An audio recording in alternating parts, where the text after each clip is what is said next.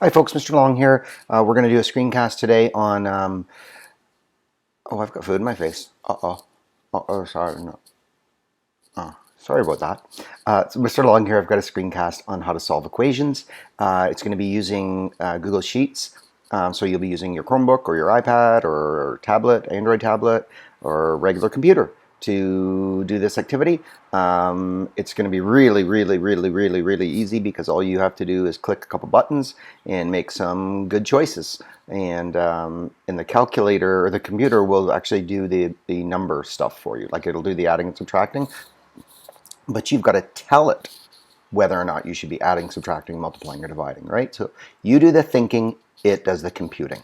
All right, let's get going. Okay, so here we go. So first thing we're going to do is just go through some instructions. So as we've solved equations before, right? This is just a review. So what we're going to do first is we're going to identify the side of the equation. By the way, what are we doing when we solve an equation? Well, we're just figuring out what makes something true. So if I had this equation, okay, if I had this equation, x plus 3 equals 4. Okay, so there's an equation. X plus 3 equals 4. Well, what value of x makes the left side of the equation, x plus 3, equal to 4? Well, the right side is worth 4. So what does the left side have to be worth? 4. So what number do I add to 3 to get 4? Well, x equals 1. It's just balancing. It's making it balanced, right? If x is 1, then the left side of the equation equals the right side of the equation. Okay, so that's what solving an equation means. So what we do is we use something called inverse operations. So here's what we do. Look at part A. So we're going to do part A together here first. So here's our first equation. 16 equals 1 plus 3x. You'll notice here that this 1 is being described as a constant term. So can 1 be any other number than 1? No. Can this 1 be worth 3? No, it's worth 1. Now, what about this? What can 3x be worth? Well, the 3, even though the 3 can't change, the x can. We call it a term because the 3 multiplied by the x together makes a term. Okay, just like the 1 here makes a term. Terms are just separated by adding and subtracting. That's all mathematical terms. So what if x was 0? What's 3 times 0? Well, that's 0. What if x was 1? 3 times 1 is 3. What about if x was 10? 3, if x is 10, that'd be 3 times 10, it'd be 30. That's why they call it a variable term. Just like variable weather means the weather can change. Well, in a variable term, the numbers can change. Okay, the numbers can change. So, and by the way, on the other side of the equation is always, that is a constant, right? In this case, because we're going to just be solving equations where we have the variables only going to appear once. Okay, so the first thing we do is we identify the side of the equation holding the variable term. Okay, it's the right side because there's 3x. First thing you want to do is remove the constant term by an inverse or opposite operation. So we look at this 1. And if I want to figure out if that 1 is positive and negative, do I look to the left of the 1 or to the right of the 1? I look to the left of the 1. Okay, that's a positive 1. That 1 is positive 1. What's the inverse of positive 1? Negative 1. So we want to make that 1 go away. We want it to be 0, right? We don't want to have that 1 there anymore. We want to remove it. Now remembering though that if I have to keep this, the equal sign is like a balance. So if I take away 1 from the left, I have to take away 1 from the right. So let's see if, well, let's start by, so I'm going to, oh, but by the way, what you do with these is you just see where that little arrow button is, you click on that, and then you're going to pick what you want to do to the equation, add, subtract, multiply, divide. And then over here, you're just going to fill in the number that you use, okay? So, so here we go. Right now it says add 0. Add 0. Does that make sense then? 16 plus 0 is 16. 1 plus 0 is still 1. 3x plus 0 is still 3x. Oh, wait, there's a minus sign there. But anyway, that's, we'll deal with that in a little bit. Okay, so, let's see here. Let's try adding 1 and see what happens. If I add 1, what happens? The 16 becomes 17. The 1 becomes 2. That makes sense. I added 1. I can't add 1 to 3x though, right? Because if I add 1 to 3x, I just have 1 plus 3x. I can't add 1 to 3x.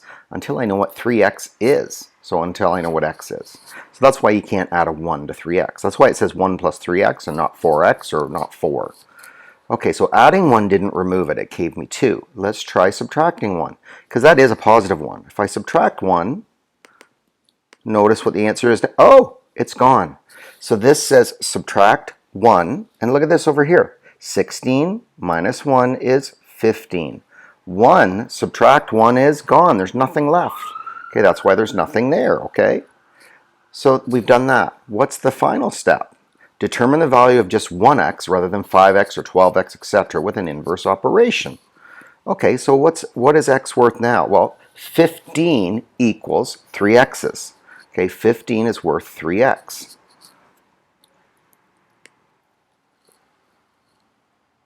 Yeah, so 15 is worth 3x. Remember, that means multiply. So that's 3. So that means 3 groups of x, or you can think of x as a box. So 3 boxes weighs 15. What does 1 box weigh, right? Well, you'd have to split it into 3 groups. If you're splitting into groups, you're doing dividing, okay? So you're looking at how many times 3 goes into 15. So that's dividing. This says multiply. 3x means 3 multiplied by x. What's the inverse of multiplication? The opposite is divide. So we select divide here. And now we need to divide by 3. Look at that. So 1x is worth 5. And that's the solution to the equation. 3, look up in this top row. 3 times 5 is 15. 3 times 5 is 15. 15 plus 1 is 16. Not 16 over there. Okay, so that works.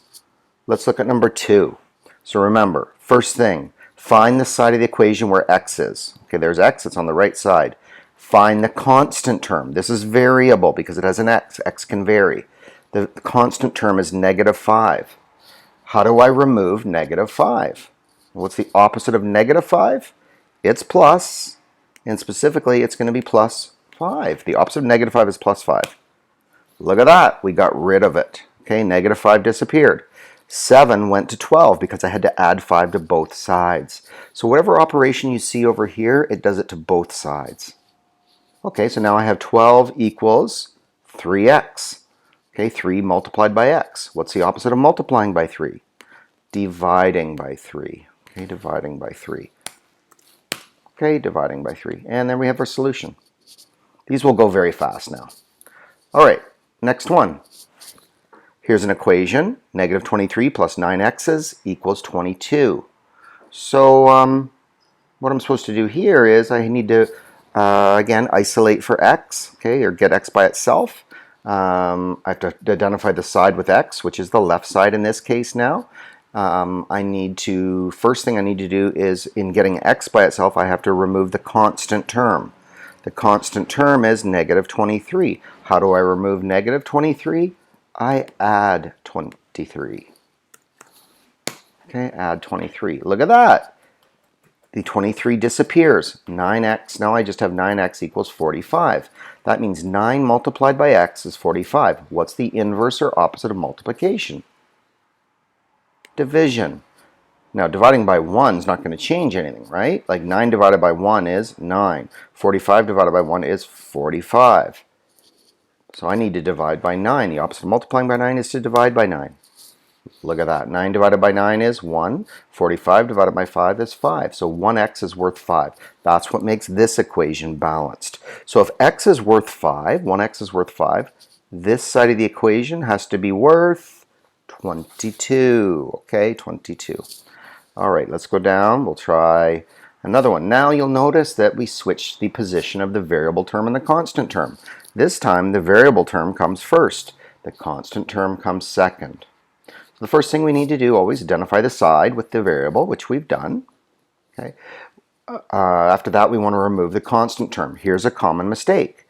This says 7x minus 5. People look at that and they go, the constant term is 5.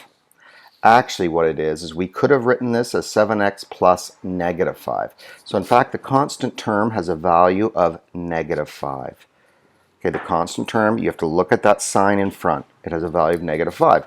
What's the inverse of negative 5? Positive 5. Okay, positive 5. So let's try that and see if that works. Yeah. Now, So that remove the negative 5 because they're opposite operations. When you take negative 5 and you add 5, you get 0, right? Now look at the right side. Did we also add 5? Yes, 86 to 91. So adding 5, 86 plus 5 is 91. We have that. All right, and finally, what's the opposite of dividing by or multiplying by 7? Dividing by 7. So divide by 7. We have that. And our answer is 13. X equals 13. So if you've done it right, it will look this way. You'll get 1x equals a number. That's how you know you've done it correctly. All right, this one here, 12x plus 8 equals 68. Identify the correct side with the variable term. We have it. Get rid of plus 8. Plus 8, opposite plus 8 is minus 8. So I put a 8 there. That's gone. Then I would divide by 12. All right, we have that one. Let's do one more. So now what we've got is 17 equals 2x minus 3. I need to isolate for x, and I look at the side with x, and it's 2x minus 3. First thing I'm doing is removing the constant term. What's the constant term? This 3. But is it positive 3 or negative 3? It's a negative 3. What's the opposite of negative 3? Positive 3. So I add 3 to both sides, and look at that, the 3 disappears because negative 3 plus 3 is 0, it's gone. What's 17 plus 3? 20. I added 3 to both sides. These operations do the same thing to both sides. Okay, and finally this one here, 20 equals 2x, and now we're going to divide by 2, I would think. Okay, so 20 divided by 2 is 10. 2x's split into two groups is 1x. 1x is worth 10, and we're done. Okay, folks, so when you go through and do this, the questions that I did with you will be different, so you'll get to experience them again. There's only 12 questions to do, but I want you to go through and work through these, and I'll also place the correct answers off to the side so you can see what the correct answers are. Okay, the correct answers will be over here to the right. All right, have a good day, everybody. Good luck.